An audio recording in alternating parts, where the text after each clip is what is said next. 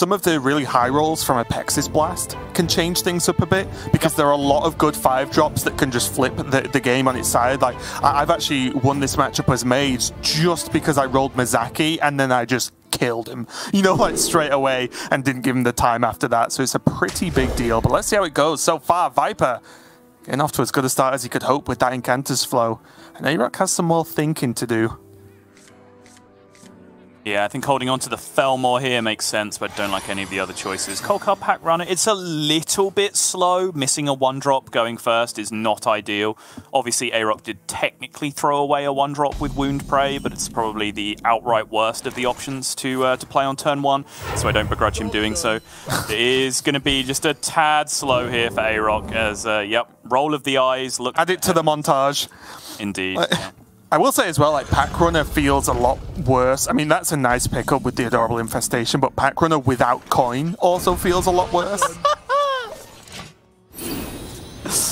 Oh, you gotta love it when you coin Flow and then just top deck AI. Oh my goodness. Picked up 0 mana Brain Freeze to go alongside that as well. Absolutely insane. And unnerved Spring. It's all looking good. And then he has a normal Spring now to proc the Ring Toss. Yeah.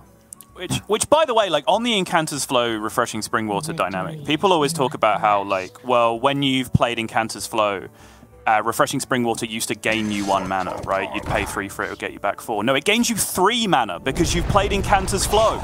So not only does the card itself get you back 1 more mana, it draws you 2 cards that have also been discounted by a mana. So I think if we're going to complain about how good these cards are, we just need to do it accurately, okay? That's all I'm saying. Just going to put it out there.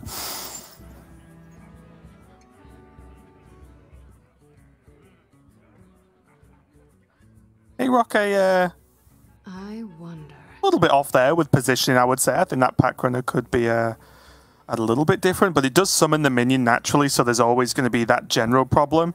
I was just more thinking of where the 1-1 finished as well. Yeah, tokens, you know, always spawn to the right-hand side, so it was going to be a little bit awkward no matter what happened. I feel like he could have retained the 1-1, right? Oh no, he played Infestation this turn, apologies.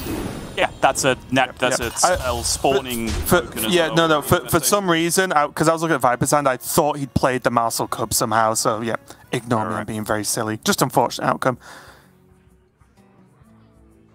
But again, in this matchup, the Pack Runner, although strong, isn't as good as it is in other matchups, right? So it's not the end of the world that got cleaned up. That's right.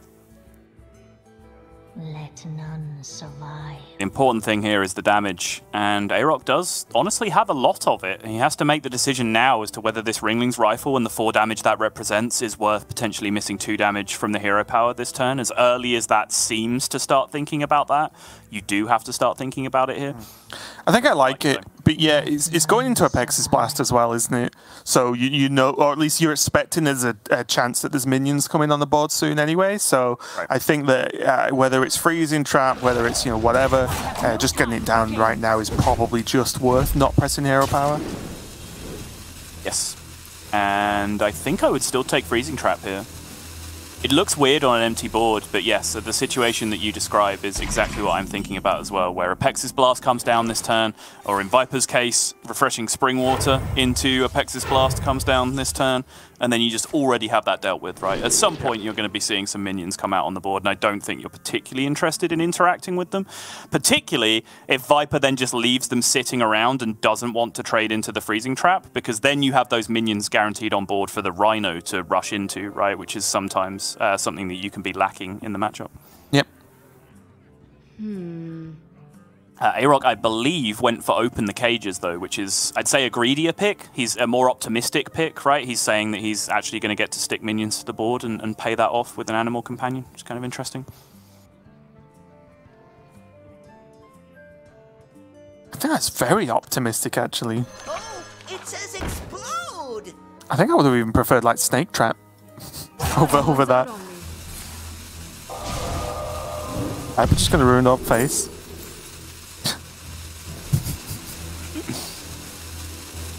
I mean, it's funny, but it's not good. I think he wants an answer to prevent himself from taking 5 damage, but if there isn't one, I don't really know what else he's going to do. Yeah. That's it. That's what I was looking at, right? Like, this turn's kind of done anyway. The options weren't great. Ooh. I think AyRoK just plays Rhino here. Yeah, it's about as good a target as you're ever likely to get. Just push the 2, put a nice chunky minion on board again. And you also damage. Yeah, you also saw the kind of weird way Viper had to actually kill the previous minion. So is there likely to be a good removal for this Rhino? Right.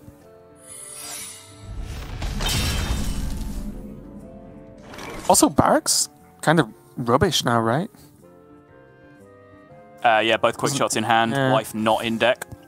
We'll just get him a tracking, a demon companion, or adorable infestation. Right.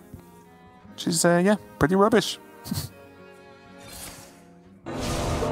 Texas Blast, very clutch pickup here. Needed that answer. Insert Spider-Man meme. Yep. Want to know why they call me? Except make one slightly. So now it's the other one. Tracking or demon companion. You'll get. Yeah. Ends up with the demonic companion.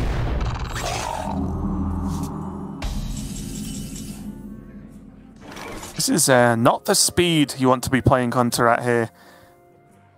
Normally on this kind of turn, you're looking at how, like, setting up lethal. Yeah, Viper also just learned a lot about AyRoK's hand, right? By seeing it only draw one card. It's certainly not all of the 1-mana cards that are in AyRoK's hand that prevented that from drawing a 1-mana spell, right? So I think Viper now knows as a matter of certainty that there are 2 quick shots in his opponent's hand, which prevented the Barrack from drawing 2. I will say, though, that 2 damage from Explosive is quite the luxury there for AyRoK, because that very rarely happens. Agreed. It might not sound a lot, just 2 extra damage, but 2 damage you normally never get is a pretty big deal here. Which means, actually, that AyRoK's Open the Cages pick here is either going to force Viper to ping and therefore not play Incanter's Flow, or is going to get him an Animal Companion. What do I know, Raven? This pick was genius! Oh, and it's the good boy as well. Yep. Now we can just go for double Demon Companion just to test the secrets. Yeah. Oh, insane. And that'll do, pig. All face go. That's so much damage. Don't you dare trade AyRoK. Still to come from this point, I believe. Yeah. So hero power, play 1 cub and quick shot, I think. Agreed. You probably want to hold 1 of the cubs, unless next turn he's got absolutely nothing to play, so he has to try and quick shot draw. But I think you hold 1 cub, so if a piercing shot comes off, you've got a great target, regardless of board state.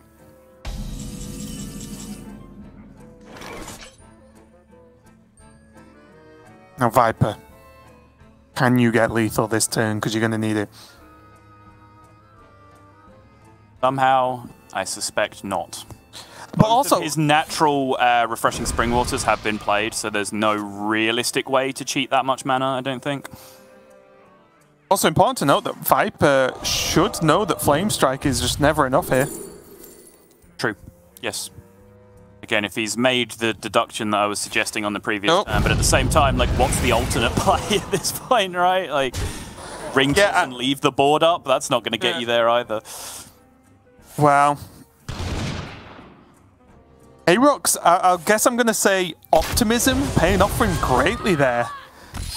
And you can tell Viper was not expecting the secrets that AyRoK picked, right? He wouldn't have gone into phase to proc an explosive. He probably expected pack tactics or freezing. Yep. And then, obviously, he didn't ping the 1-1 because he wouldn't have expected that either. And it paid off great for AyRoK. There's some, I don't even know whether I want to call it bluffing or anything, but just very interesting secret choices that I definitely wouldn't have made, but did pay off a lot. But you can also see how the game would have looked a lot closer if like Viper respected all, or at least more, of the secrets.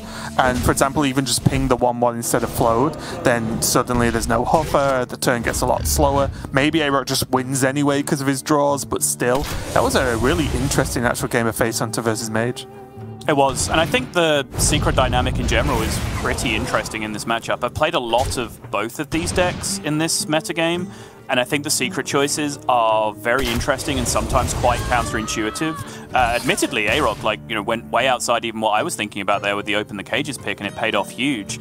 But just an example, sometimes from the Mage side, you'll play Ring Toss and you'll see Ice Barrier and think, okay, insane. Like, Ice Barrier is the thing I want. The modern way that Face Hunter is built, they can do 1,000,000 damage without ever proccing an Ice Barrier a lot of the time, right? With trampling Rhinos, with Hero Power, with Quick Shot, with Piercing Shot, they can quite happily deal 20 plus damage without ever activating an Ice Barrier.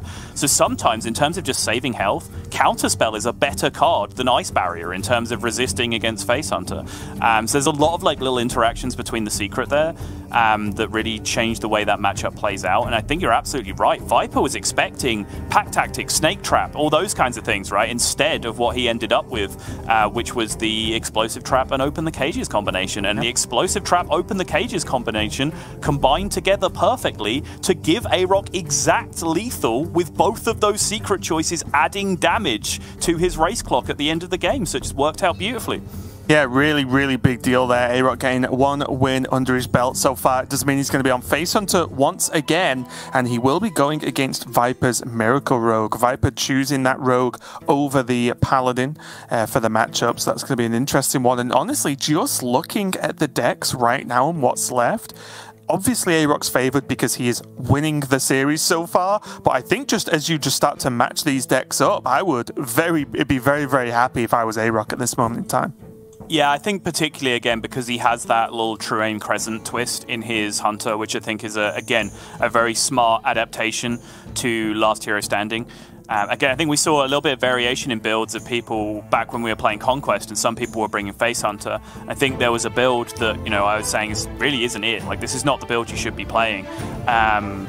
But that changes because we're in Last Hero Standing now. So I think the slim down build that doesn't play any of the extra Rhino greed was very effective in Conquest as a targeting deck, as part of a targeting strategy. But in Last Hero Standing, because of the matchups you're expecting to play, because of the decks you're expecting your opponent to counter queue you with, I do think that True Aim Crescent really opens up a few extra options alongside that Ace Hunter Kreen as well that you were highlighting earlier. Well, here we are going into game number 2. AyRoK, again, not the best opening in the world here for him, but neither is Viper at this point. This is pretty shoddy too. I think I would enjoy a 1-drop on 1 here from Viper. The problem with not playing a 1-drop on 1 here is that AyRoK can just coin Kolkar Pack Runner and then the game's over because you just have no way of answering it at that point. And if you cannot answer Kolkar Pack Runner on 1, they'll play Demon Companion, Adorable Infestation, Tracking, Wound Prey, whatever it is on turn 2. And suddenly there's just 4 1-1s on the board plus a 2-3 and you're just dead at that point. So I think you have to play a 1-drop here.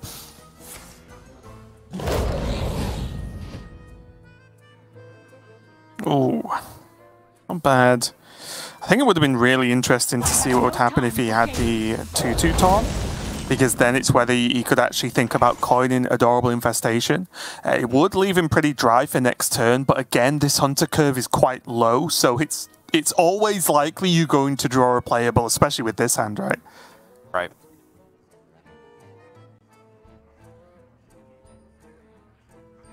And Tempo Fox.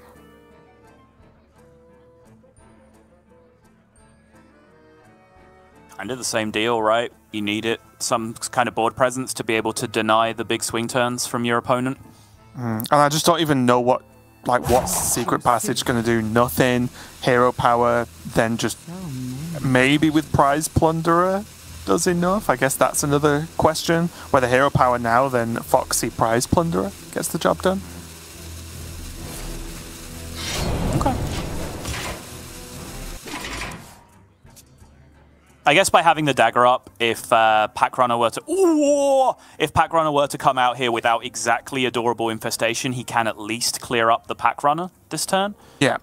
But the combination of exactly Pack Runner, Coin, Adorable Infestation here is pretty insane. It does leave AyRoK's entire hand stranded. Next turn, he would need to trust his deck to deliver a 3-mana play if he wants to go for it. That's true, but honestly, at that point, the 1/1 from Adorable and Hero Power is just fine. It's obviously not your best turn 3 you could ever have, but it's not bad. Like, you're already assuming you're going to be ahead on board. Add another 1/1 and press Hero Power, like, fine. Agreed. How is Viper going to wince? Because I would. Oh! Ooh! Okay. Unexpected. Gives Viper a turn. Didn't really have one if the Adorable Infestation had gone on the Pack Runner here. Worth saying as well that if Viper had played Foxy Fraud on the previous turn, it actually wouldn't have helped, right? Because there's 2 rushing 1/1s anyway that could have taken care of the Foxy Fraud. So in this scenario, wouldn't have actually made the blindest bit of difference. In fact, it would be worse because there just wouldn't be the one dagger, the 1 damage already equipped from the dagger that can be used in conjunction with the Wicked Stab. Right. Yeah, he would have had to just like, you could just Wicked Stab Prize Plunderer to kill it, right? That's right. Care to make a wager, friend? Oh boy. Tracking is the dream off the top this turn, I would say. Was that Wobble? Okay. Good enough. It's kind of like summoning 1/1s from the Pack Runner. It's just a slight shame they don't have Rush. That does make quite a big difference It this does. turn. I did only say quite. Victory is in my grasp. Now, interestingly enough, I'm actually looking at... Yeah, just Volpating it. I mean, he can play couple Hero Power. I think I like Hero Power, and I like double trade here, actually.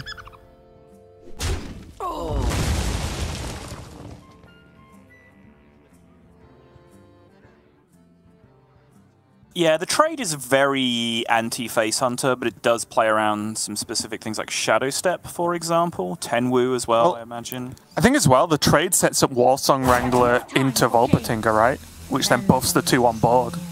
I see. Yeah, no, that's I mean, yes, of course, like Viper can just dagger 1, but surely you would imagine this dagger's going into the Pack Runner, right?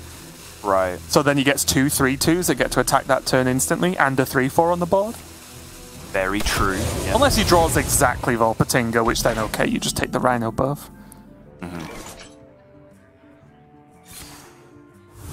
Looks like it's going to be a Passage.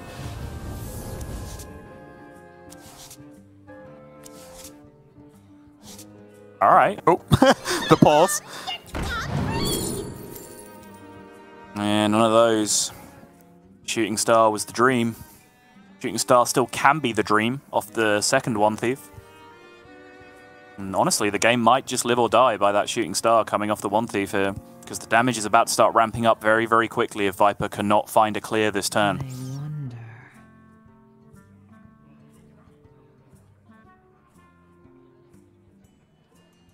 The question then becomes whether Viper even goes for it. Is he going to go Octobot instead just because of the better shape on the board? Is he going to go Cult Neophyte instead? I don't personally think Cult Neophyte really offers anything going into a Hunter turn 4, right? It seems like a very low percentage turn that they're going to be playing spells. Yeah.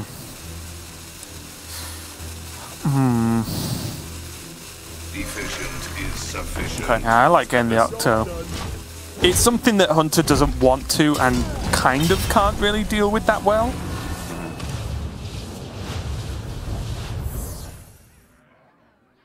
It means if the discount comes down, that Jandits can be played on curve on the following turn, but oh my goodness, this is a lot of damage potential now with this hand.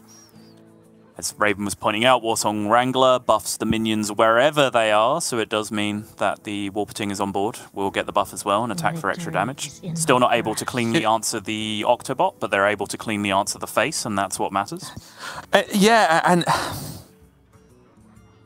because they can't answer this Octo, you then have to at least consider Warsong into Rhino to then just go Rhino, Rhino, turn after turn. Let none Does that get there though? Like, you're already sacrificing 4 damage now to get more damage with rhinos later. Like, does that really compensate that much?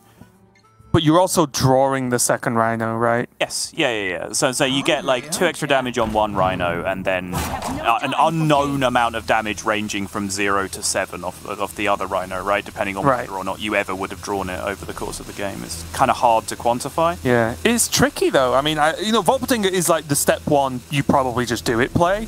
But the rhinos, you could definitely make an argument for it, right? Yes. It's just going to bank the damage to the face. And now we're going to see if... Oh, well, that was good, wasn't it? This is now a turn, yes. Let's see if Jandis is going to play nice. Double trade into one of the 3/2s, Jandis and Brain Freeze. Jandising first because there is a majority of upside from the 5-mana minions. Especially Res. Oh, jeez. Okay. Old Road Grunt.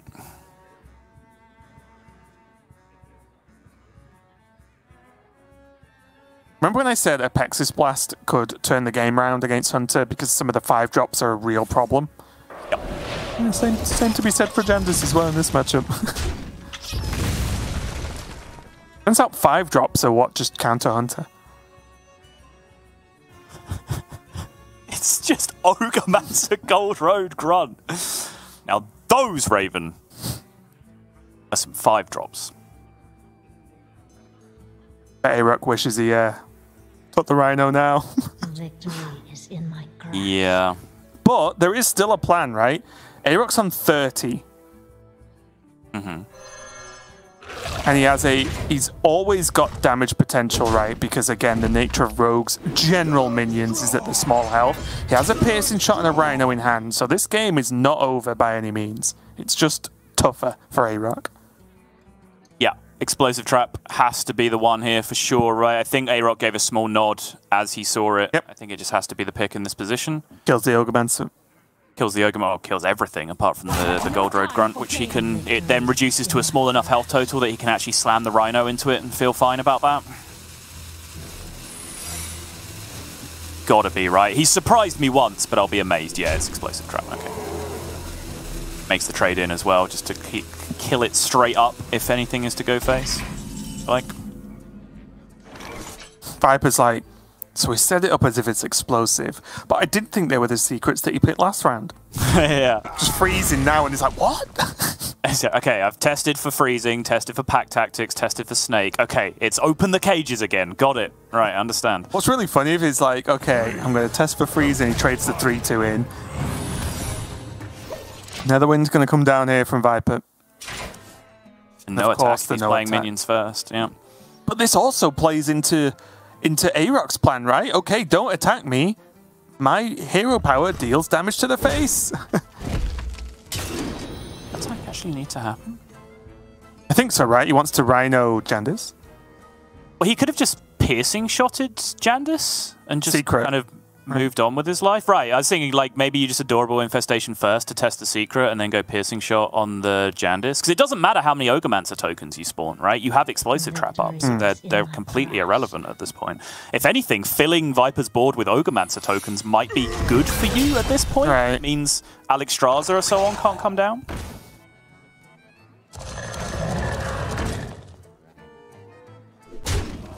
I think he's doing the idea here that minion damage first, spell damage later. This is the general plan for Hunter, right? Fine.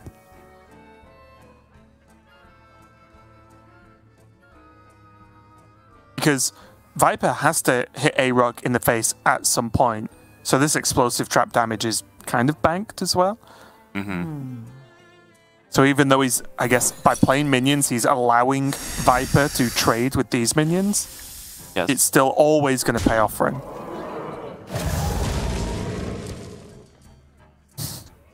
You gonna wicked stab these snakes, Viper?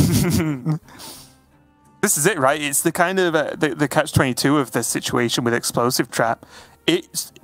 Sometimes it is, of course, correct not to just attack into it, but the longer you don't attack into it, sometimes in the worst position you get as a class that can't heal. Yes. Choose soon. It's hard to see any real route to victory here for Viper that doesn't involve Alexstrasza, but obviously because everything else has been discounted so heavily, I don't know how he gets to Alexstrasza safely at this point, because he's already used those Octobot discounts, and Alexstrasza is just going to cost the full 9. And you might call me crazy, but I honestly wouldn't be upset at Wicked Stabs here, because, like you said, he needs to get to Alex. Nothing else matters. Ropes out with 4 mana, Prize Plunderer in hand. I can't imagine if he was Wicked Stabbing a 1-1, he didn't also want to Prize Plunderer a 1-1, right, to reduce additional damage there. So I don't know whether that was just straight up roping again from Viper. As mentioned, he does have a history. Vengeance is near. Here comes the spell test for AyRoK, which he has not tested for Counterspell or Netherwind just yet. There is that test. Oh, and now he has whatever answer he wants. That's fine. That's fine. You can Piercing Shot and Hero Power. It's still, even though obviously the life steal didn't actually go off, it's still healed Viper for 1,000,000 because the Piercing Shot had to be used on it as a 5 health minion to be able to clear the board, as opposed to it being used on one of these 1-1 cubs just to kind of end the game at that point. I think it's some way from being good enough still though. Yeah, I think it's one of those things where it's bad, but you're so far ahead that it's bad in an okay way. Right. He's definitely okay with the Marcel Cub, especially because he's getting close to just Wrangler into Rhino number 2 anyway.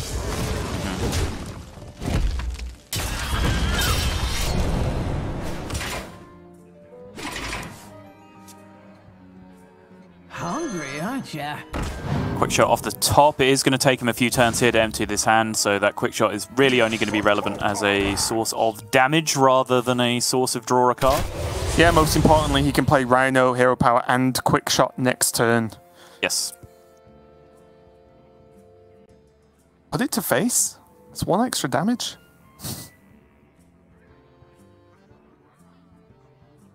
I agree. To my mind, this goes face. You can stop and think really, really hard about whether trading the 1-1 into a particular minion like gets you that damage back from the Rhino next turn anyway. But I think at the end of the day, the Rhino just has to go face, and that is the draw.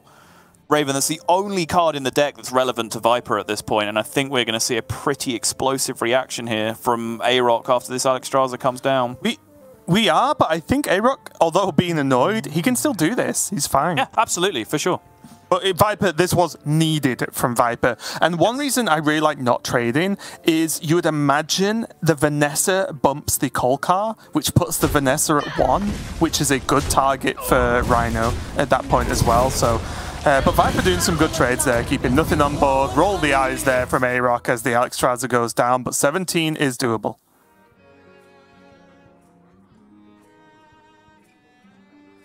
I mean, the quick shot has to draw a card, right? Which means you have to resign yourself to your Rhino just not dealing any damage. I think just play it in Hero Power, yeah. Yep, and then deal with the quick shot next turn. Because again, in a weird way, if Viper trades the 8/8 into the Rhino, he's gained more time to deal damage, if that makes sense, because he's not getting hit with an 8/8. There's no counter race, right? He's gained 4 to 6 damage from his Hero Power at a minimum, just by those extra turns existing in the game. Yeah. Right? Yeah, I agree. This is a must quick shot draw. Whoa. Ooh, okay. Oh, spicy. Okay, okay. Magical. Did he just get true aim? I mean, that helps. That's the nuts! How he just removes the choice from Viper, right? Well, he also gets to push damage with the Rhino, because the Initiate attacks first if he goes into the Alexstrasza. That's true. The Initiate was played first. It does work in play order, not board position. He just wants to keep 3-2 instead. Okay.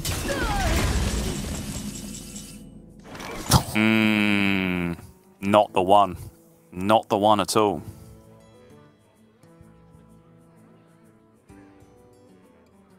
Yeah, I actually like this play from AyRoK. He pushes a bit more damage, but has literally no board, and he's relying on the top of his deck, right? So I'd rather guarantee the minion on board. Yeah, it's interesting though, right? Because he's actually, like, Viper's only at 12 this game. He's not at 14, because with Alexstrasza and double Wicked Stab gone, Viper has to attack face to end the game. He has no way of not doing that, as far as I understand it from his deck. So, like, just dealing extra damage and then getting in a couple of extra hero power as well does. He has a pretty quick clock if he does it that way. But yeah, I guess on average, sticking an extra 3/2 here against one card rogue, like top decking rogue, what do they draw that immediately answers a 3? And just for just to cover all bases, Subtle. Kazakus could get lifesteal golems. That's a big deal. No, that's true. And also one thief into evocation could change things too, in terms of just having to attack face in extreme circumstances. Trying to do 16 damage with one evocation without ever attacking. Look, I've seen mages do it. Okay. Okay, fair enough. But you know what I mean. I'm just pointing out like the things that Viper probably needs to happen. Mainly, I would say, is the Kazakus, right? Kazakus double 5/5 with lifesteal is where you're at right now. Fair enough. Vengeance is near.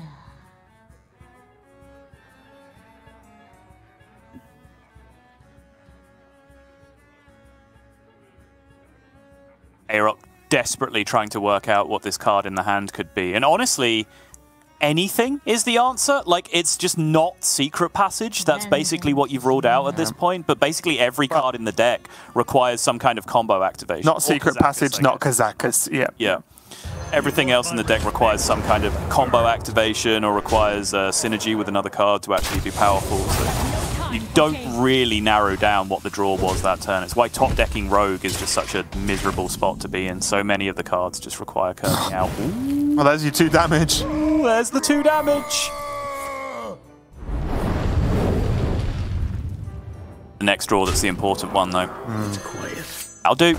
That'll do nicely. Care to make a wager, friend? AyRoK's like, no, stop! Stop! Neophyte Shadow Step. He still has the Foxy Fraud activation live, so yeah, I like Shadow Stepping the Neophyte here. Makes sense. Brain Freeze! That's lethal. That's already blocked the lethal this turn, and Viper is still going. Yep, used up the combo activation now from the Foxy Fraud, so he's stepping the Foxy instead. This is very, very nicely done. And also, to give credit to Viper, very speedy and quickly done as well. Oh. So, Rhino? Oh no, he used it. Sorry. Piercing shot number 2. Piercing shot, yeah. Quick shot number 2. Oh, the worst draw in his deck. Did anyone say quick shot number 2? Just want to take a look at the remainder of Viper's deck in terms of what he could have hit that turn. Like, there weren't many draws. Again, the Wicked Stabs are not there, but there weren't many draws that interrupted the chain of draws, right? It was just field contact number 2, Secret Passage, obviously, he could keep going with if he drew that. So he was very likely to keep that chain going. It's just that he needed very specifically the Brain Freeze in order to take damage off the board that turn, having already used both of the Prize Plunderers. Also, the Shadow Steps, right? Because it's a 0 cost way to keep it going as opposed to anything. Because he would have run out of mana a long time ago without those. Right. And AyRoK literally drawing the worst card in his deck is the second True Aim Crescent. So obviously we know it's Ice Barrier, so this becomes very easy for us. But from AyRoK's perspective, obviously if he gets to attack face and gets to hero power, he just has a almost guaranteed 2-turn lethal setup. The problem is then the damage coming back the other way, which just represents lethal. So he has to deal something about the board. In which case, yes, deny the card draw so that you can play around Kazakus' lifesteal. He swings it again, right? He makes it kill the Neophyte? Oh, okay. Interesting. The Viper needs 1 damage.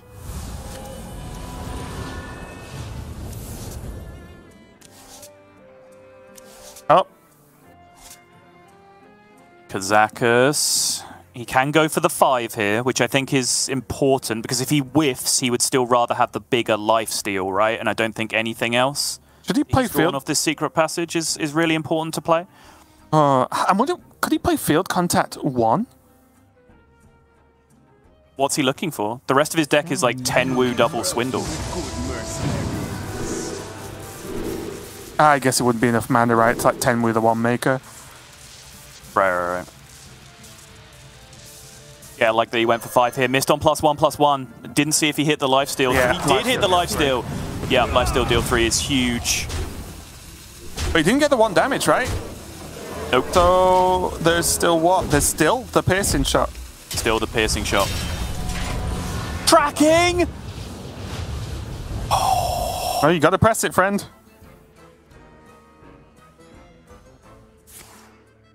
The moment is upon us. Quick shot? Quick shot, yeah. I was going to say, by the way, he probably should have just reloaded this other True Aim Crescent on the previous turn. Is it still tracking again? It could just be tracking again. I think that's more likely. Yeah. Stats people, Victory is in my assemble. I mean, again, we can have a look. It's fairly self-explanatory at this point. There's 11 cards left in the deck, and this is what he needs. He needs that piercing shot straight up. Oh, what no? Moon Prey is not it. He has not himself yet discovered whether this is Ice Barrier, which means now he is going to get the bad news. And with the full chair 360, AyRoK in one of the tensest and closest games we have seen in quite some time is going to have to resign himself to the defeat and look at the difference in emotions between the two players. Again, just recognize the stakes here. This could be AyRoK's week. If he's able to go all the way, go deep, get all the way through to Championship Sunday, he's had a relegation-threatened season up until this point, so suddenly that one big week can really change things around. Viper, from his own regards, still will be looking down as well as up. His season is still in that position where he could be looking at a late run to the playoffs in the last few weeks of the season, or he could be looking at getting dragged down into the relegation spots in the last few weeks of the season, depending on how things go. So that was a crucial game of Hearthstone, and it came all the way down to the end. And I think it was very, very nervy at the end. I think we saw multiple turns, certainly at least one turn that Viper was visibly unhappy with, and seemed to be rightly so, right? 4 mana was floated in a weird spot where he ended up wicked stabbing a 1-1. Yeah. And as things progressed forward, that Alex Straza top deck at the end of the game just ended up being brutal. And you see Viper's little nod of the head there as AyRoK chose to preserve a 3-2 on board instead of pushing damage, which could potentially have ended up being another crucial decision over the course of the game. Although AyRoK did make that damage back up by having the minions stick around for one turn. Yep. It's difficult, right? Because when you look back at something like this, like he could have done the Rhino attack, which pushed damage because the 3-2 actually died to the brain freeze, right?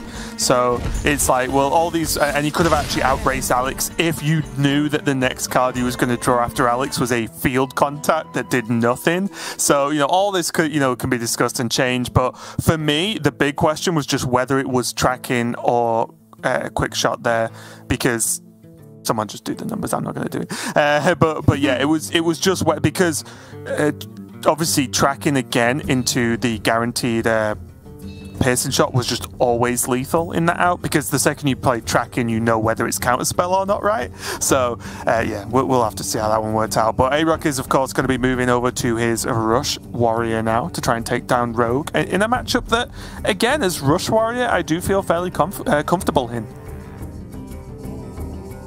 Yeah, definitely not the end of the world here for AyRoK. I think he did have sweet potential with his Face Hunter for sure. He has lost that, but he has good counter queue for Miracle Rogue for sure. I think Rush Warrior, in terms of the established meta decks, like unless you're brewing up something specific for Last Hero Standing to counter Rogue, I think Rush Warrior is about the best place you can be up against Rogue, right? So this is a pretty standard looking build as well, just with the one Warmaul challenger, making room for one Tent Trasher to join the party as well, which I think has been growing in popularity over the last couple of weeks. But there's you know, a few innovations made by No Hands Gamer to this deck, which I would say in typical No Hands Gamer fashion, some of them stuck and some of them didn't, right? Like the Gnarg that he brought in definitely seems to be a very powerful piece of the puzzle, but he also was trying to push like Shield of Honor in there, for example, which I think was identified quite badly as just a little bit too aggressive. Right. Again, in typical No Hands fashion, he does like taking decks and making them more aggressive and really pushing them to the limit. But and I do still, I think this current build of Rush Warrior does still owe a lot to No Hands Gamer. Yeah, I do think if there was ever something that was going to stop people playing Shield of Honor, it was the nerf, right, to Crab Rider, because that was one of the main number ones, wasn't it, to actually Shield of Honor on there.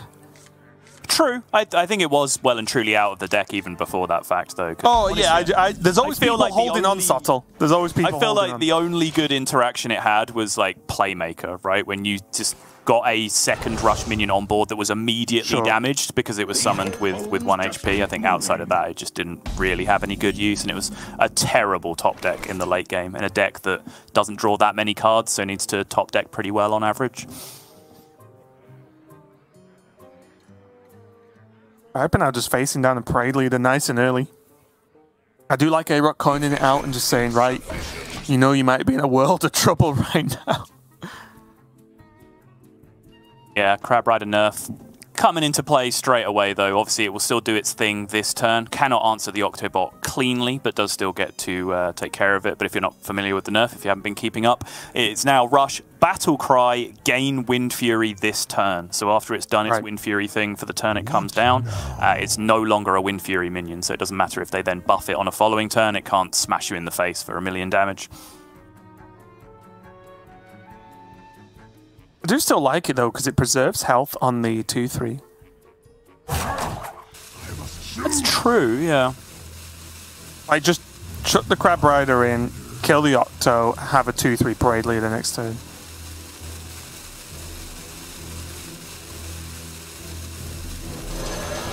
There is upside to getting the bumper car down here as well, though, of course, because you have that Playmaker synergy with the 1/1s that can come down. If you start going Playmaker and Parade Leader with even 1/1 rushes, that gets out of control extremely quickly. But I'd argue at that point, if all of this stuff is sticking, you're probably winning the game regardless of what your hand is at that point.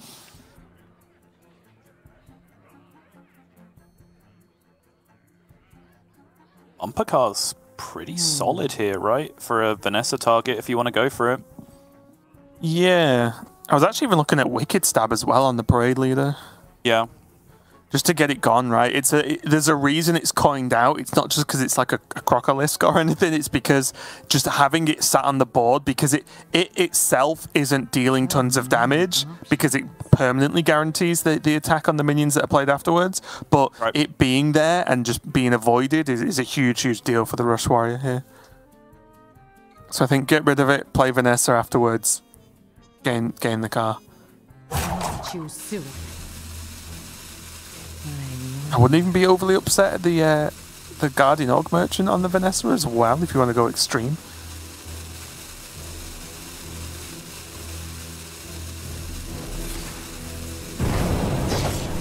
Just because both of them trade into the car. Yeah, it would seem a little weird, right, to me, I think, because you're playing a 2/1 and a Divine Shield into a turn where you're guaranteeing your opponent has 1/1 rushes if they really want them, which seems a bit weird. But you do have to trade the 3/2 first before you get access to those, which I guess makes it a little bit stronger. Yeah, it's more just the idea to like try and protect the Vanessa, right? Because now the Vanessa's just dead and there's an empty board, whereas the trade goes into, say, the 2/1, and then, yes, there's 2 1/1s that then can't kill the Vanessa on its own. I think most importantly, this isn't really a matchup where you win on the board, right? It's not just like, okay, I'm just going to be efficient, I'm going to put stats on the board, and eventually I'm going to get board control against the Rush Warrior. That doesn't really work. What you need to do is your broken thing, right? You need to do field contact miracle turns. Right. So I think with that in mind, it's just better to just hold on to the 0-mana Orc Merchant in hand to actually get some big value out of it later. Or even, like, drop it with your big Jandis minion on turn 5. Like, if you get something super chunky on turn 5, just put the Divine Shield on that instead. But again, at that point, I think your opponent will have those 1/1 rushes to be able to fight back against you. So I think it will be reserved for as long as possible, looking for field contact value or second Octobot value.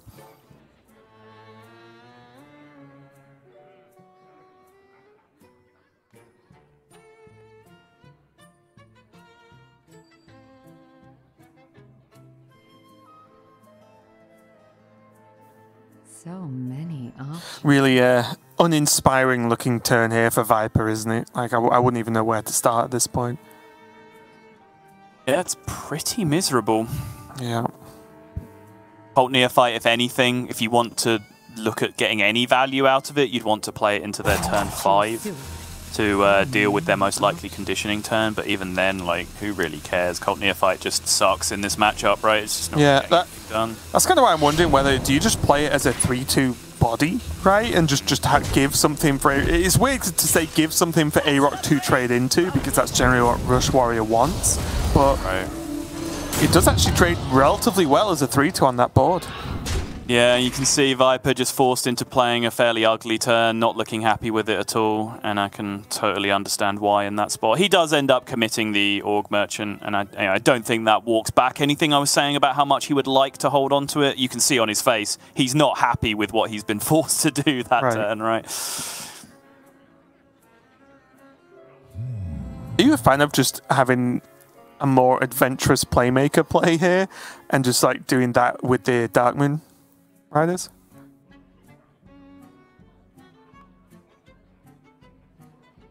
I always like just, what if I just play this and they don't kill it? You know, like, what's the, do I just win? it's just a fine turn. Yeah, and again, it's kind of top-decking rogue that you're dealing with, right? Like, your opponent does still have 2 discounted cards in hand, but at this point, they're probably not like Brain Freeze, Prize Plunderer kind of deal, right? With just how weird some of their reactive turns have been. So there's a good chance it sticks, yeah. I always feel it's awkward with Rush Warrior to know what to do with Playmaker when you haven't had conditioning, right? Because if you've had conditioning, sure, I want to be greedy with my Playmaker and then just guarantee getting a ton of power by duplicating all my buffed up minions in one turn, right? But when that's not the case, how much value do you even really get from Playmaker by holding on to it for a long time? Which is why I always like the more, well, just play it. It's a 3-mana 4/3. If you get any bonus out of it that turn, great. And then if it lives, you really get to play the game. This Jandis, though, from Viper, not too bad. Not too bad. Allura, always a bit risky, I think, but could be a lot worse than that Greybow. Yeah. It's pretty good a lot of the time, honestly, in Rogue, I find, because it can Spellburst Secret Passage, and it can also Spellburst the Wife when that ends up being in the deck, right? Whereas there's generally not too many things that are earth-shatteringly bad. Just Shadow Step the Jandis. Yeah, it can also do, like, Swindle, for example. And if it Brain Freezes itself, if it Shadow Steps itself, you know, those are bad, but they're not the end of the world compared to some of the mind-blowing upsides that you can get. That Wicked Stab is the most annoying one, right? Yes, agreed.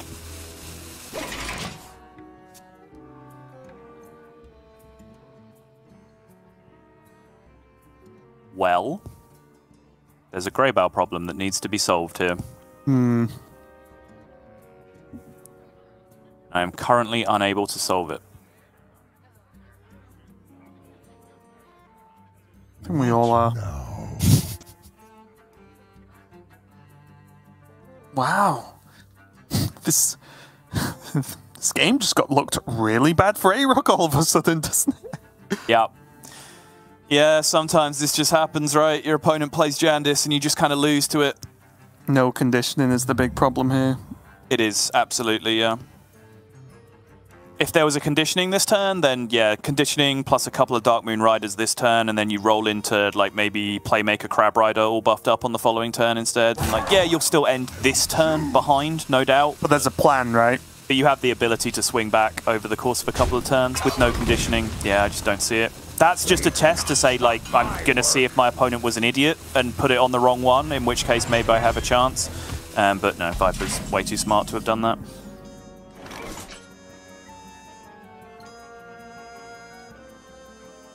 Do you want some more 5-drops, Sotol? Because Tenwu can make it happen. I certainly do, Raven. Come, friend. Let's see what you've got. I think AyRoK knows. Something real. This one is very quickly slipping away from him, and this is... Oof. Yep. Shake of the head from AyRoK, 5/5 rush comes out. That means the Allura just gets to quite happily stick around here and just dump into the face for 3 more damage. And this is the problem with Rush Warrior in general, is that it doesn't deal with awkward situations that well, right? Like, it normally wants to be ahead, or it normally wants simple things like, oh, there's a couple of minions I need to hit through, fine. Not, there's a whole massive board that every time I kill something, it kind of makes my situation worse in a weird way. There's no good ways. You look at other classes, of course, Warlock, Mage, that can do everything. You know, they have good ways to deal with this, even other versions of Warrior, but Rush Warrior is a strong but fairly straightforward approach style deck. Yeah, and I think when you say Warlock Mage, what you're saying is Hysteria devolving missiles, right? Sure. Like that's essentially, those two cards are just such extreme outliers in terms of the amount of power that they can deal with on the, or as you were saying, like the complexity of a situation that they can deal with on the other side of the board. Yes. That yeah, some other classes do struggle to keep up with it at this point, because it does seem a weird statement on the surface, right? It's like, well, Warrior struggles to react to the opponent having a big board when every minion in their deck has Rush. Like, that sounds like nonsense, but it's not at all. Like, it's you absolutely just seeing it pan out there. If the opponent can load up a significant amount of minion presence onto the board quick enough, it's not like they play Brawl, it's not like they play Twisting Nether, and it's not like they play Hysteria or Devolving Missiles to be able to deal with that kind of situation. And you can use Rush differently, right? Like, yes, Rush can be used as a removal spell. Okay, he played this, I get to play minion Rush, kill it, I removed his minion. But this Warrior uses Rush to get ahead on board, to make good trades, right? It doesn't use it to say, oh, I can kill his 5/5, now I use my Rush minions well. It's to get ahead on board and pile on the pressure, not to remove minions. So, and we saw that, and AyRoK definitely saw that as he just conceded, because as I kind of outlined then, there's just nothing in the deck that can help him in a reasonable amount of time. And you know that Viper didn't even have an empty hand, right? He had plenty of cards still to keep going. So rough one there for AyRoK, and he now has to fall back onto his Spell Mage. So yet again, Sottle, we're casting Spell Mage versus Miracle Rogue. Yeah, and it's a backbreaker, honestly, because he lost a favorable, he lost a counter queue, which is the #1 thing you don't want to do in Last Hero Standing, because it immediately flips the dynamic. And as I said, I felt AyRoK was in a great position, not just from being 1-0 up with the Face Hunter, but just in the way that the queue order was going to line up. I think he was great. He was going to be able to reserve this mage for the final deck, and at worst have one shot with a mage against any deck in the meta, right? You're not in that bad a position if you're coming down to 2-2 in a series with mage up against something else. And there was no Weapon Rogue or Face Hunter on Viper's side to be able to deal with this. However, because he lost that counter queue, he's now in a position where he has two fine matchups to win with Spell Mage, Miracle Rogue and Libram Paladin, both winnable, but both honestly pretty 50-50. There's no overwhelming favorite in that matchup on either side. And that means AyRoK has to win that twice from the position that he's in, instead of normally only having to win one of those matchups had the expected outcome of the Rush Warrior being the Miracle Rogue come to pass. Yeah, one main highlight here for AyRoK's deck is that he is running Deck of Lunacy, so we could see some of the shenanigans that opens up for him there, because he might need it. Like you said, these matchups are fairly close. There are times where you say, you know what, I feel like I'm behind, my hand doesn't do what I want it to do in the early game. Okay, press Deck of Lunacy, let's go.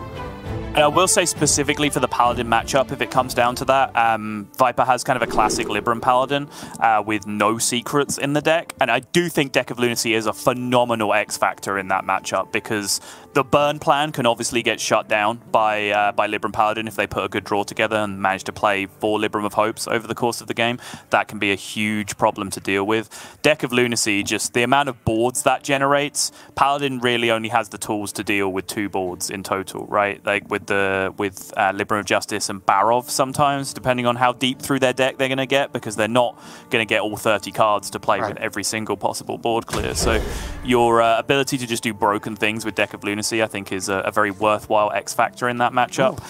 But before we get to that, we're going to have to deal with the matchup that I've been saying is becoming fairly emblematic, I think, of at least the competitive scene in this particular metagame, and that is the Miracle Rogue versus the Spell Mage.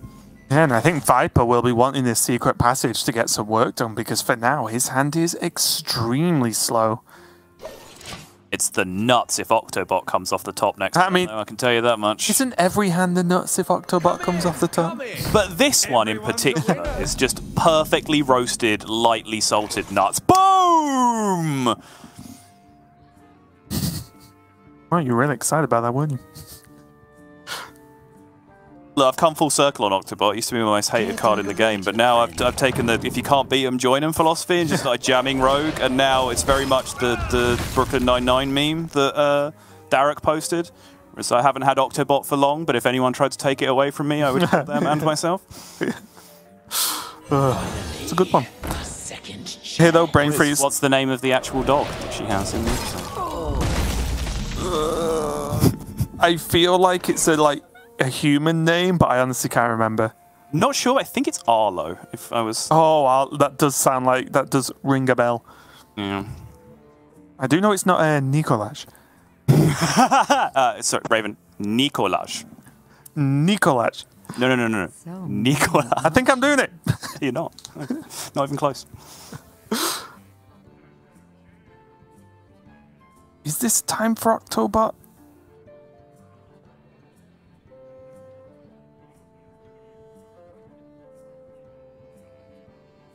Not really much else for Viper. Yeah, it kind of lines up. He's just seen a brain freeze as well. Like,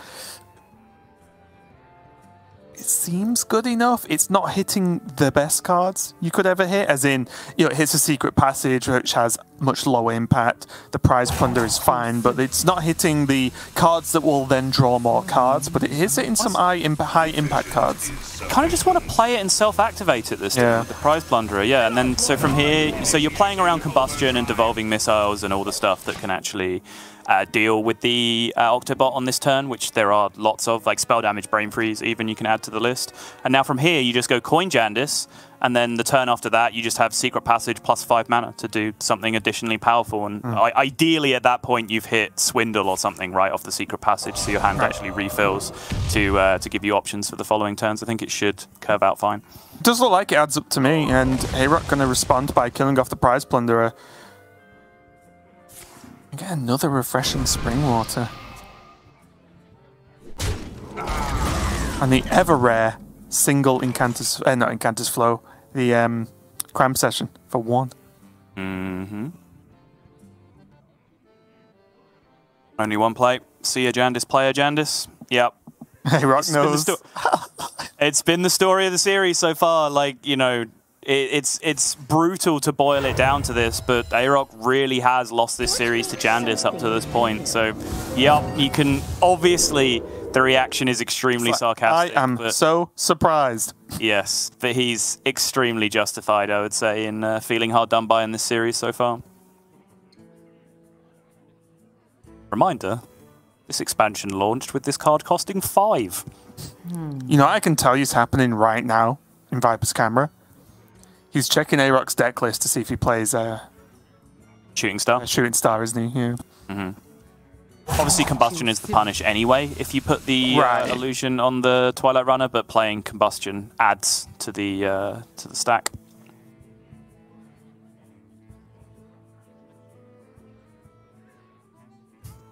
Even if your turn here is just going to be a Pexis Blast, like what even is the target at that point? Because that involves you guessing what Viper has chosen to do with the illusion. The Jandis. Well.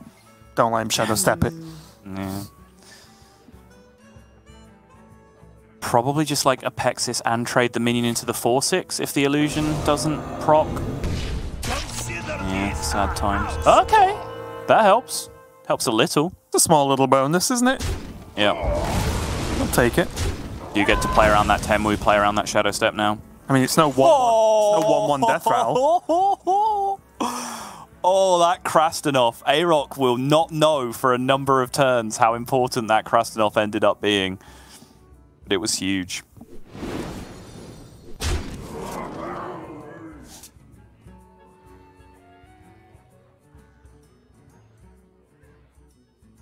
Think passage this turn, right?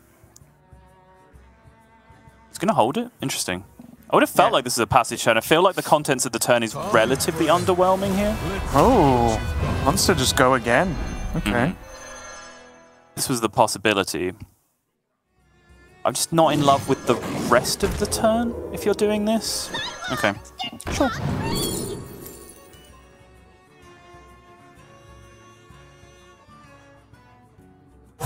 Choose soon.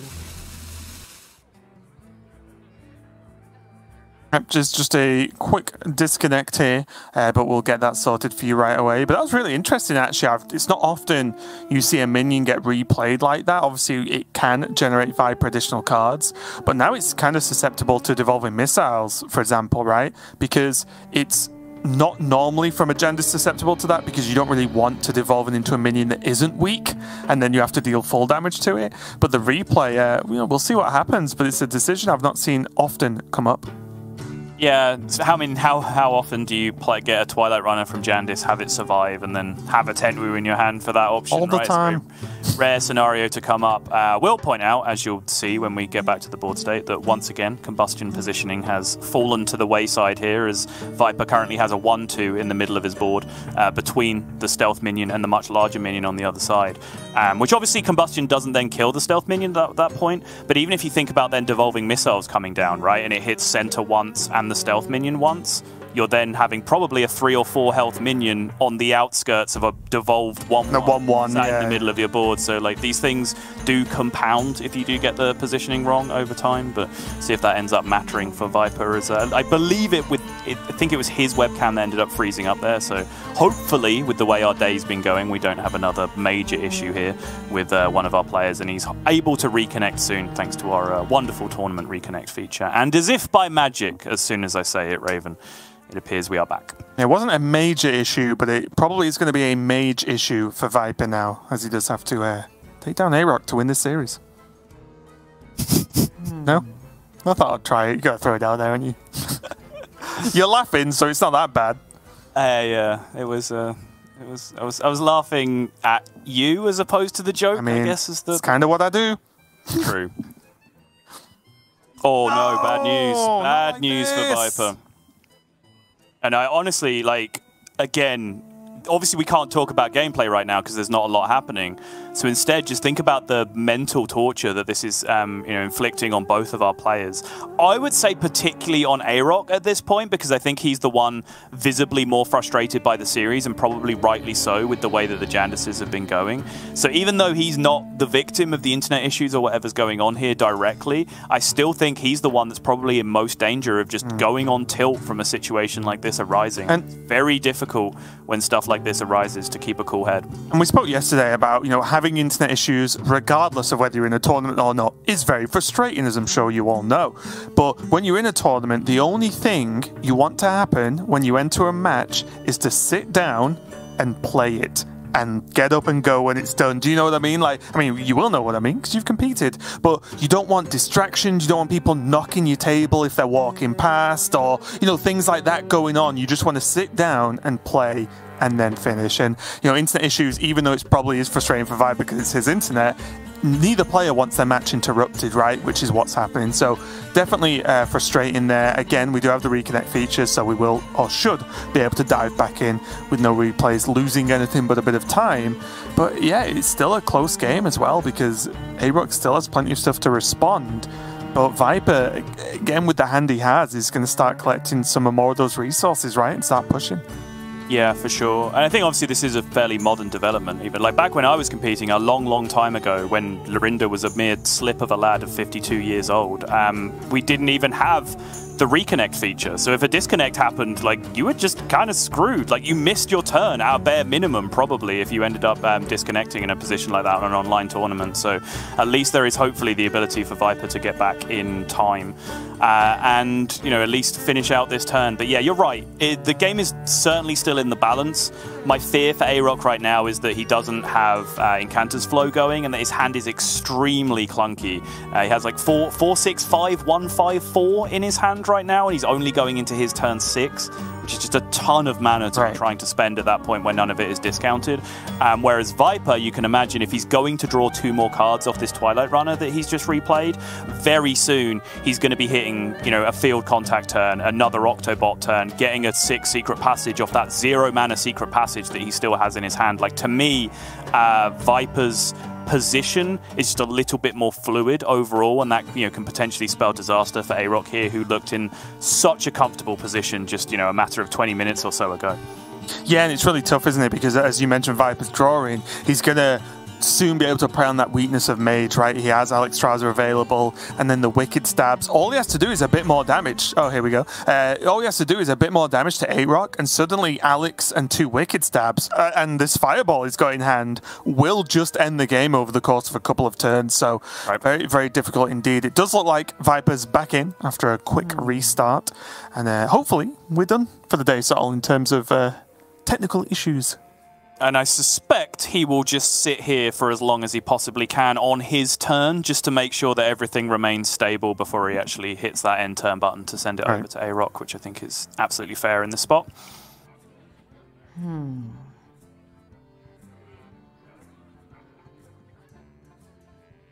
Uh-oh. This is bad news indeed for Viper at this point, because now this is looking persistent and we have a problem. Yeah, and so although there are many times players disconnect over the course of, I don't know, the last few years, and all of the casters, no problem, there's a reconnect feature. I'm not sure how much time we give it until we say waiting an hour to reconnect might be a bit too much. So again, you know, my heart goes out to both players because just no one wants this, right? No one wants disconnect issues, especially if they're ongoing and not just, oh, my internet just derped for a second and I'm done. But I think it's so frustrating for both these players. AyRoK, maybe there's a chance that if the internet continues to go over on Viper's side, that AyRoK ends up with a win. I'm not an admin. I don't know. I don't make the decision. But either way, I think the outcome of the match, if it's not played to completion, will be disappointing for everyone. Yeah, again, I think it's not our job to enforce rulings here in this position. The admins will be doing that in this spot. I believe that the rulings say that they have 10 minutes in total, but that is just my understanding of the rules. Again, I am not an admin and I do not express any kind of official opinion in this spot, so I'm sure the admins will be getting involved right now, and I'm sure whatever the rules say will be enforced to the letter in this position. But all we can do is do the same thing that you guys at home are doing, and just hoping that there is a swift swift resolution to this situation. You know what? Let's have a revolution. No internet for anyone. Let's just cut it all out. I can't actually have a full revolution because my cable will start tying me up. I was worried when AyRoK did the full chair spin. I was like, well, if I did that right now, either my headset or this box would go flying off my table and probably I don't cause think some AyRoK is issues. surrounded by like 7 different lights, though, is probably the difference that can make that stuff happen. But yeah, it's tough because the series is very much balanced on a knife edge right now. I've talked about how it's swung back and forth, and AyRoK is now in an unfavourable position, having been pretty comfortable up until this point. But yeah, this is a very pivotal moment. I think how AyRoK is able to respond to this kind of second Twilight Runner, whether those cards can be drawn or not, is really going to be the big deal in how the series pans out from this point. Yeah, and just a reminder, in case you are joining us, AyRoK is in a dire situation, not particularly just in this series, but in the actual overall standings of Grandmasters. We're in week 5 at the moment of 7 because the 8th week is playoffs, which means time is running out. And currently, or at least going into this week, so before this week began, AyRoK was literally bottom with 2 points after 4 weeks of play, which is not even close to where you'd want to be. Even if you said, I just hope I do okay. Right, I don't think I can, win or make playoffs. I just hope I do okay. 2 points is not okay. It's a literal nightmare. So AyRoK is in pretty much must-win matches this week. And even if he does well this week, that will still continue next week because everyone else will also, or a good chunk of players, will also be gaining those points, right? So even if he does well now, and let's say he wins, he can't just say, oh, great, I'm done. I can relax. It's like, no, it just means you're not out. And that's the big problem, right? Is you do tend to, when you get into these positions, feel like the world is against you. I know earlier I referenced Impact's tweet longer that he wrote about how he's felt his Grandmaster season's gone so far, and it was very honest and very self-reflective, and it is a really, really good read. But there's still that moment in there where he says, Lady Luck just hasn't been on my side this season, and you're always going to feel like that when you're a card game player and you end up not doing well. So then when you're in a position like AyRoK, who probably already feels like he's getting bad run of the green, the way things are going, and then the 1 week he's like, okay, I'm in top 8, I can stack up some points here, this is sick. Who else is in top 8? Oh, everyone else who's threatened by relegation is also in top 8 and threatening to pick up a bunch of points as alongside me. So my opportunity to really stretch out is going along particularly well. So in this spot, you know, AyRoK will be feeling doubly hard done by if he's going to pick up a loss in this position in a very, very tense moment, because he sees his rivals alongside him with Zim and Frenetic picking up more points, especially with the default win that Zim got earlier, right? Pushing him through all the way to the semi-finals, stacking up extra points for Zim, who is a direct rival for AyRoK in this position when it comes to being relegation threatened. Yeah, it really is a huge deal. And apologies if you just wonder, like, why is Raymond just looking off screen, not listening to Sortle? One, I always listen. And two, I'm just trying to talk to some admins just to see if we have an update on what's going on, because I'll be honest, I don't know in terms of what the results or how decisions are made in terms, because it's such a weird scenario that we've not really had that often, right? Like mid-series, there'd be a mid-series as a disconnect, who cares, we reconnect, we carry on. But to be back-to-back, like multiple disconnects, it's something that hasn't really come up too often. So we are still waiting on them just working out exactly what's going on. I imagine they are talking to Viper just to see, like, okay, what is the problem? Is it a PC issue? Is it just your internet, which is obviously a service provider problem, so on, so on. So again, we do apologize about the delays, and there isn't any more, so just stop complaining, we're back in. Fingers crossed, I am using all my powers to will this internet to be okay here for Viper, but we are back in now, Sortle, so give us a quick review of the scenario we see. I mean, honestly, I don't know if I can remember this far back, Raven. Yeah, so if you are just joining us, AyRoK has missed his flows so far this game, so he's playing with a very slow and clunky hand. AyRoK really, throughout the course of the series, has been in trouble against one card in particular, being Jandis, and he had a very salty reaction, rightly so. I'm putting no shame on the reaction whatsoever.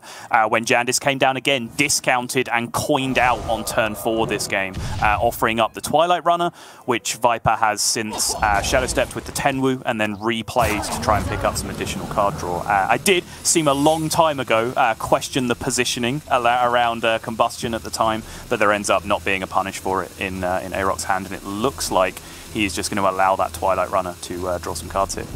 Yeah, this response has still been okay from AyRoK, though. He gets to clean up the majority of the board. He now has gained an Apexis Blast in hand, got to play the Corrupted Ring Toss, so he's at least keeping up with Viper right now. Whether that may change after the attack from the Twilight Runner, though.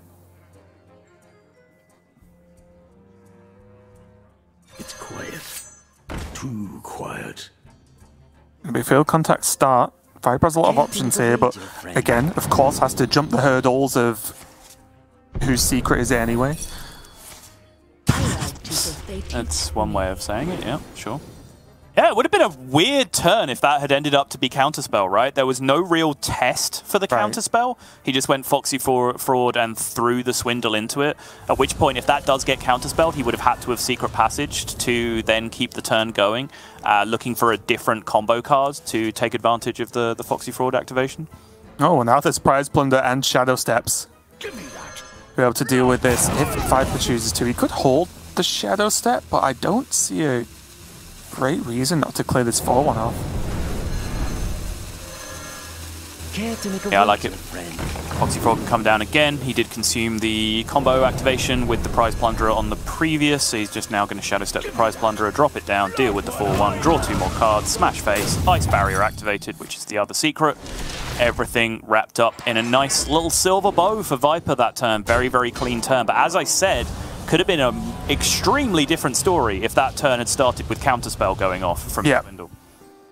Now Viper has approximately 1 trillion cards in his hand, which is going to open up not only a lot of options, but a lot of damage. And AyRoK, the options are definitely a lot less, considering his whole hand costs so much more. It's going to start with that Incanter's Flow. Just get the draw going with Spring Water. What is he even looking for at this point? Combustion? Combustion for sure. You know, I will even, the pedant that I am, I will wind back the criticism of this at this point. But if we could stop ending every turn with our smallest minion, that would be ideal.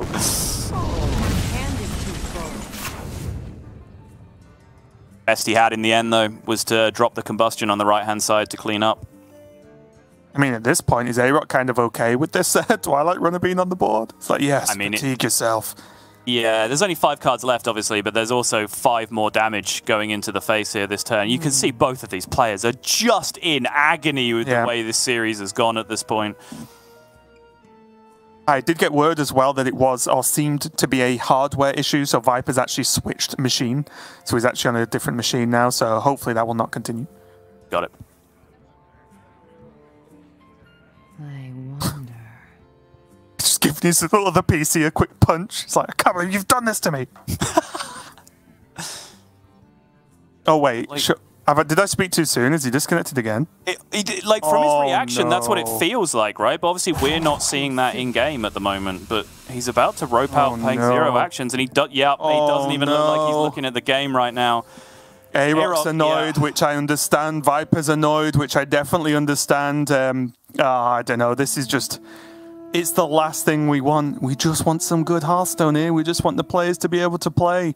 Very, very unfortunate here. And again, clearly frustrating for both players. We are going to have our admin speak to Viper again, just to find out what's going on or if they can help with the issue. But right now, again, I don't want to speculate, and I'm not really going to, but I just don't know what the outcome will be if there's just continual disconnects, because the players just can't really even play at this point, right? Like, I don't even know how you'd even continue the match if this keeps happening.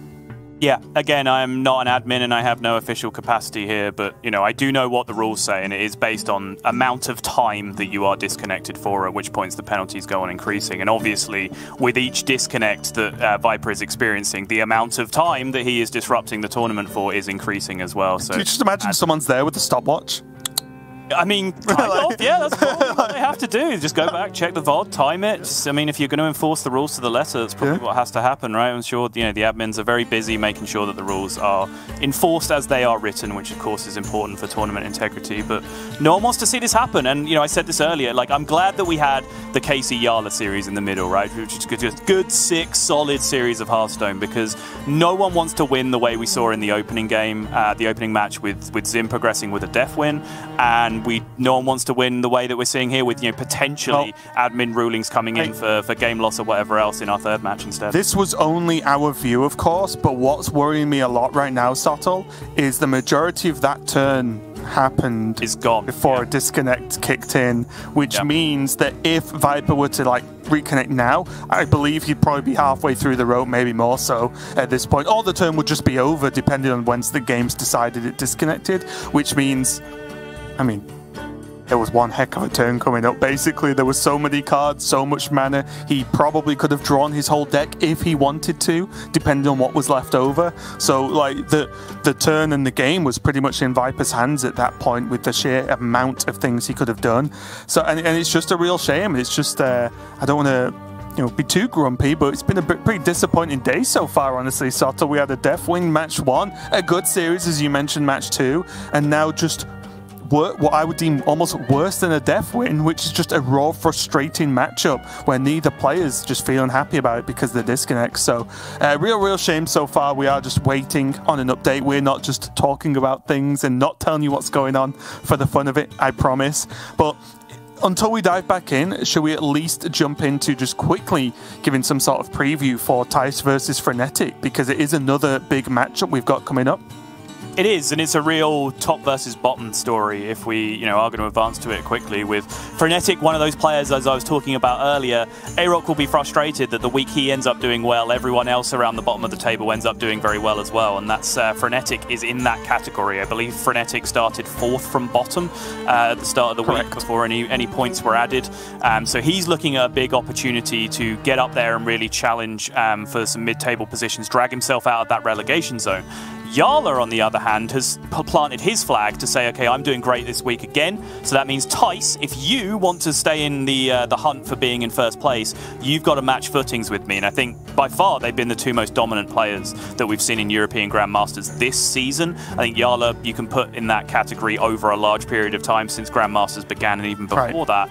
But Tice has had a spectacular season this season, and it really does feel like a clash of the titans between those two players as to who is going to end up in the top of the standings when all things are said and done, because it just seems like every single week Yarla's through to the bracket again. Yarla's making top 8. Tice has 2-0'd his group. Just time after time after time seems to be happening every single week, and they're picking up points. So very different fortunes between those two players with Frenetic and Tice, but I think that's hopefully what we need, right? With after all of these disasters that have gone on, we get a really nice palate cleanser at the end of the day of a big high-stakes series of Hearthstone, both players fully invested, emotionally invested, everything on the line for both players involved, and hopefully we just have some high-drama, high-skill European Hearthstone action to finish out the day. I'll tell you right now, if Tice's internet isn't working, well, there are problems, because of all people, I think he should probably be, of all people, have a backup internet line in his house for obviously a very don't worry, successful streamer. Tice sold the Ferrari that he won, and he used it to rent his own personal satellite feed, just in case any of his internet goes down, so he can just constantly re-uplink with a satellite feed if he really needs to. Sounds like a reasonable thing to do, actually. But yeah, we are going to be getting to that match a little bit later on. I do know the admins and Viper are working on getting it set up, and we are looking to get back in this series. But like I said, the true fear for me is that turn may have actually been lost. Which means that when you have a free turn in this game, especially at this level, it's not often the player who missed the turn wins, regardless of board state, right? Because it's not like sometimes on ladder, your opponent's like blatantly just gone AFK for a few turns. You're like, well, this is just a win. You just play everything go. Like, and maybe you can come back, right? Because maybe the turns haven't been so strong from your opponent. But here, that's not going to happen. And also, it's not as if AyRoK can really skip a turn himself, because that's also against the rules, I believe. So it's just a prickly and tricky situation here for both these players, and we are doing our best, to get everyone in. But on that note, Sol, what do you want to talk about? We might have some time. Oh, I was just going to say, it's like doubly frustrating, because it felt like that series was like reaching its emotional peak as well, right? With the moment of like AyRoK finally just cracking at Jandis and like actually just, oh my god, I'm just going to lose this series to Jandis straight up. And like the Jandis came down and it was bad, but it wasn't game ending. So we had like the opportunity to, maybe I can fight back from here, maybe I can kill my Jandis demons, right? And actually get out of this series unscathed. Or was it just going to be 3-0 sweep with Jandis essentially, regardless of what deck it ended up being in? I think that was like a new really last hero standing format. Yeah, it was just a really interesting like narrative balancing point that we were at in the series, and I really wanted to see where it was going to end up going. So doubly frustrating that Viper's having these hardware issues or internet issues or whatever it ends up being now, because it seems like if he's tried on his desktop and on his laptop and he's still running into the same thing, then it might end up being an internet issue instead in this position. But we can only speculate, and we can only sit and fill time in this position, and just sit about and just try and hope that we can get a resolution to this series. Something that I'm not optimistic that can happen, but obviously fingers crossed for everyone that this series gets a real resolution, because I'm sure that's what everyone wants to see at this spot. Yeah, and it's been really interesting as well, and it's a shame that on one of the few days out of the 2 weeks we've had of Last Hero Standing that this is what's happening, because like it's been really good so far as we do dive back in. Like this format, as we mentioned earlier, has led to some pretty crazy outcomes, but we could talk about that later in our weekend. Let's dive back into this game. Sol, where are we at right now? I mean, honestly, Raven, I have Hey, Viper no didn't idea. miss his turn, though. Yeah, I'm not Gave him the turn back. I'm not entirely sure whether there's been a turn skipped, whether AyRoK got to play a full turn after Viper didn't, whether Viper just got his turn back. It's been so long ago, I'm not even sure what mana turn the players I believe were on. Viper was on 7 mana, and also AyRoK spent all his mana on whatever was the previous turn, right? 0 out of 7. Therefore, he didn't. If he spent all his mana and this is the board state, that's not, that's not how that works. But yeah, I do believe Viper actually like regained the turn, which is very, very fortunate outcome. Okay, yeah, I just got confirmation as well that we did not miss any action, and Viper just picked up exactly where he left off. So good, happy to see it. Now everyone watch at home, cross your fingers. But now AyRoK from his position, not only has he been playing without the Incanters flow for this game, he's now got hit by the double Neophyte as well, making all of these spells cost 2 extra after not even being discounted to begin with. Trying to think if there's any like Jandis scam that can get him out of this, but even like Raz isn't good enough here. It would need to be double Raz, because he doesn't have any way of actually getting spell damage himself. He could like, well, the other minion could be spell damage, right? would be a big deal, like Aegwin, the Stuart, and so on. So he could get some spell damage with Raz. And honestly, sort of looking at this, it's all he's got, right? I was just going to go for a Pexis Blast. Okay. Oh. Yeah, he's going to get hit with the 4/4, and I think with all these discounts now in hand, that is 11 damage. Yeah, that's plenty of damage. Oh. Wicked Stab coming in as well. So the series is going to end up, I'm sure neither of these players are really going to be happy with the day of work that they have. And yeah, heart goes out to AyRoK, obviously. He's incredibly frustrated with the way that has gone, and rightly so. No one wants to see a series go down like that, and that's just kind of been the way the day has gone in Europe so far. But in the end, you know, congratulations to Viper. He has got out of the series in the end with a 3-1 victory, stomping through with that with the Miracle Rogue in the end. Yeah, it's been a messy one so far today, and again, I feel bad for AyRoK because he's frustrated not only because he's losing, but then he had to wait that long to then lose within a turn anyway, as probably just added on to it. So yeah, a little bit frustrating there for AyRoK. I do feel sorry about that, but we did finish the series, and that's the most important thing. Even though there were delays, which is annoying, like Viper didn't miss his turn, he got to play it out, the series is done, and Viper takes the victory there. So most importantly, we got through it and everything's good. We didn't have any strange regames or decisions that had to be made. We got there in the end, so we're done. Indeed, it did feel like a real marathon of a series, and this does now seem like a very, very long time ago as we're seeing some of these early game recaps coming through. But in the end, it's the burn finishing up on the early game damage, and again, it's tough to boil it down to this as a series, but it really did feel like AyRoK lost 3 games to Jandis in the end, and you know, very nearly found his way across the line in a couple of them, right? With the Ogremancer Gold Rogue Grunt that came down in the Face Hunter game, he nearly managed to find his way out of, but in the end was just 1 damage short in the end with the Ice Barrier being procced, and then in repeated games afterwards just getting hit by the absolute nuts. The Grey Bow coming down against Rush Warrior again.